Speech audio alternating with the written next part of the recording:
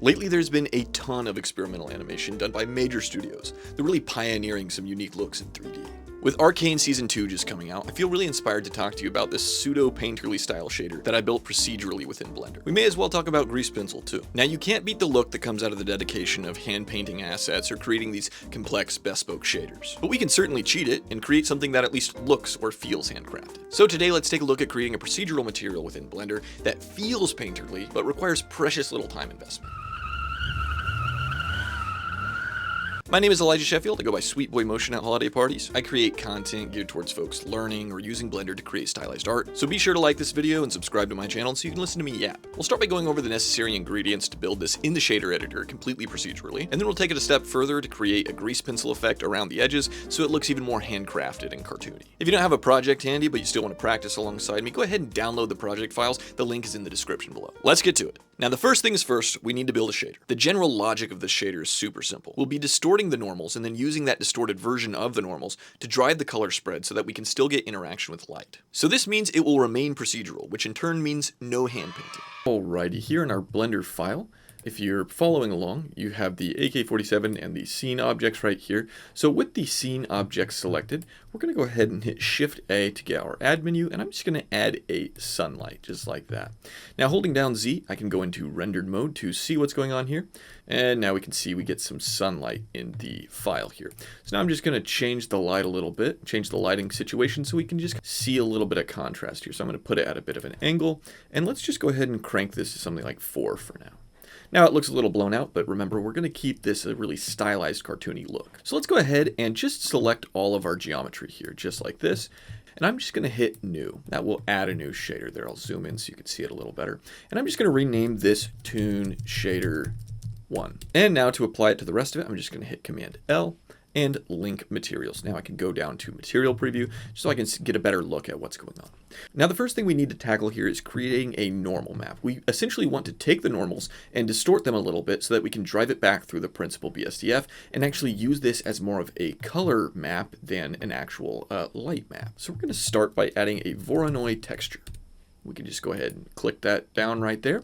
And now we're just going to take the position node right here. We're going to plug that straight into the normal. And if we preview that, we can see we get some interesting results here. This is definitely not what we're going for, but we're at least seeing a little bit of movement in the normal map. So now we're going to add a couple more nodes. I'm going to add a noise texture node. Just set it down right there.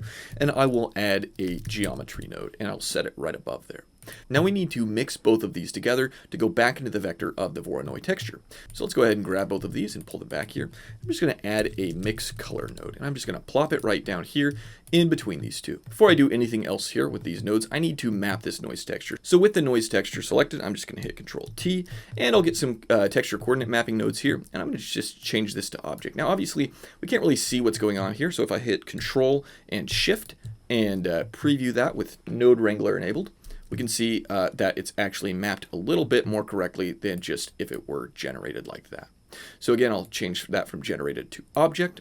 And now I can play around with the scale a little bit here. And rather than having to click and drag all of these, I'm just going to go ahead and drag out and set a value node right there. So I can adjust this just with a single node, just like that. And now we're going to mix all of this. So let's go ahead and preview our principal BSDF again by Control Shift clicking that. And now I'm going to connect all of these things back together. So I'm going to take the factor from my noise texture and I'm going to plug that into B. And I'm going to take the normal output from my geometry node here and plug it into A. Now, the last thing I need to do is under my mix node here, I'm going to change this from mix to linear light, and I can plug the result right into the vector. And now we can see we get some really cool kind of painterly effect.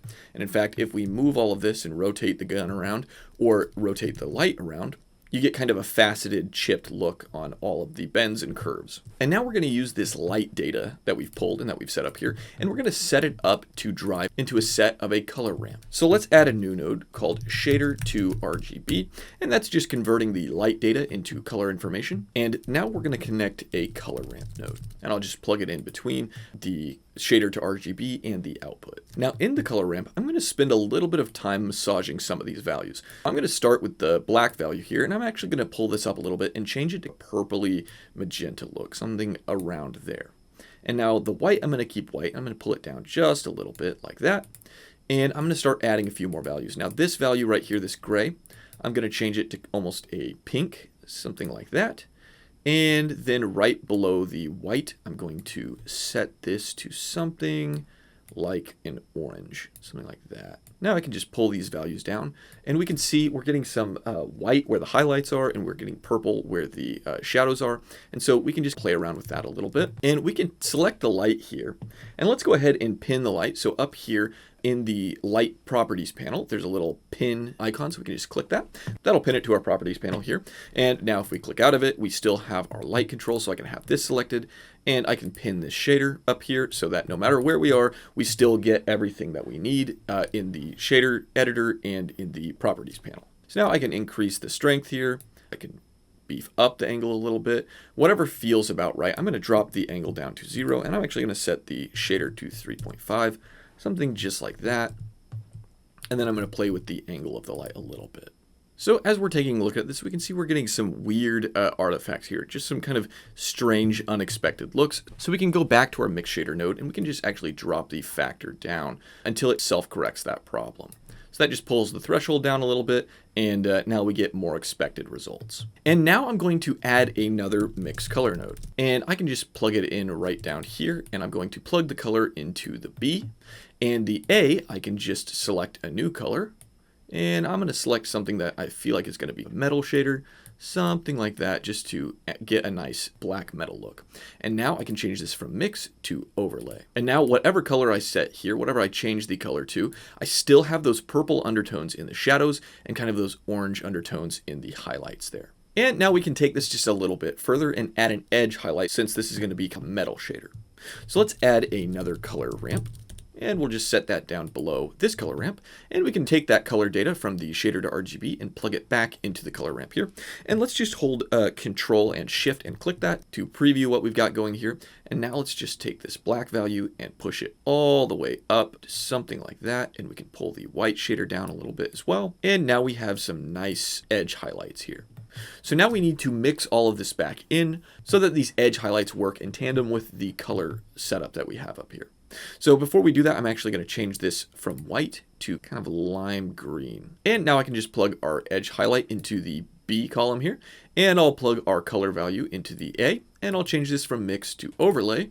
And now if we preview the overlay here, you can see we get a really cool edge highlight that adds to the rest of the shader. And now when we adjust our light, we can see that the edge highlight follows the actual shader.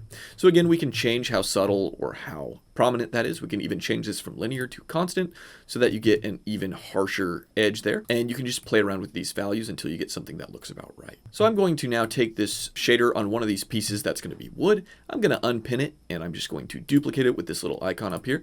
And I'll call this Toon Shader 2, just like that. And now it's as easy as taking this little gray color here and changing this to a wood color. And I'll take the edge highlight and change the edge highlight to something more appropriate for a wood looking highlight, something like that. Now I can select both of these objects that are supposed to be wood and Command L link them together. Now you have a heavily stylized, totally procedural shader that gets you closer to that hand-painted look without ever having to paint anything by hand. Now let's take this just a step further and add some grease pencil for an even more stylized, super comic booky look. So the first thing you need to do is make sure everything is in a scene collection. If you're using my AK-47 file here that I've put together, it's already up here in AK1, so that's exactly where it needs to be. So I'm going to go ahead and select Scene Collection so that it doesn't add it into the AK collection. And I'm just going to hit Shift A and go to Grease Pencil and find Collection Line Art. And as you can see, it added some line work to our scene here. So I'm going to go ahead and unpin our light there.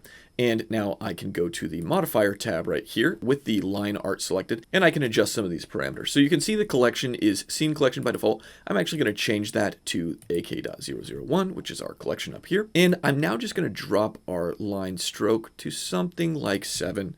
Or maybe, you know what? Yeah, let's set it at 8. And now I can play with the opacity a little bit. I can drop that to something like 0.75. And you know what? I think that's looking about good. I might actually bump this up to 9. Now, something really cool about Grease Pencil is you can add modifiers to the Grease Pencil itself. So again, with line art selected, let's go to Add Modifier. And we're just going to look up multiple strokes, and let's just add that. And as we can see, that is a giant mess. So let's go ahead and dial in some of these parameters here. I'm going to drop the duplicates to 2, and now I want the distance to be much, much smaller. So I'm going to set this to 0.0025, something like that. I could even maybe get away with 0.005. We'll split the difference there, 0.003. And now we can go to the fade dropdown. I'll just toggle that on. And I'm going to change the center to 0.3.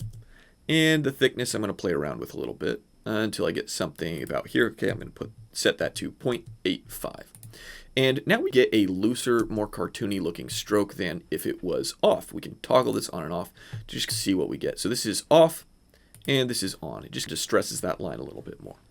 So to distress this line even further, let's go ahead and add another modifier and we'll look up noise. Now again, you can see this is an inappropriate amount of noise. I suppose it's a style. It's really loose and crazy looking. And if you play the animation back, it's pretty wild. It's pretty chaotic. But let's choke that in a little bit.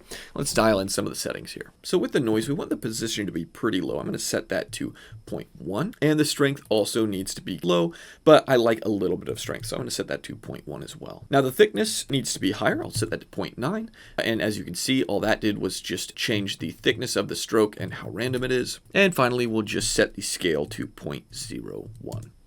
And that just changes up the scale just a little bit to give us just a little bit of variation so that it's not all stagnant. And if we play it back, we get this kind of nice, rough, hand-hewn, almost boil on the noise. Now let's add some extra details onto our gun here. With the magazine selected here, I'm going to hit Tab to enter into edit mode, and I'm just going to select these middle two edge loops here. I'll click this, and then holding Command or Control, I'll click this edge up here and it will select this little loop, and I'll do the same over here holding Shift and then Command. Now I have both of these little lines. So now I'm going to right click and I'm going to go down to Mark Sharp. And now if we tab back out of edit mode, we can see it marks those as sharp, telling Grease Pencil, hey, you should draw a line right here. So we can do the same thing up here, and we'll just select from here to here.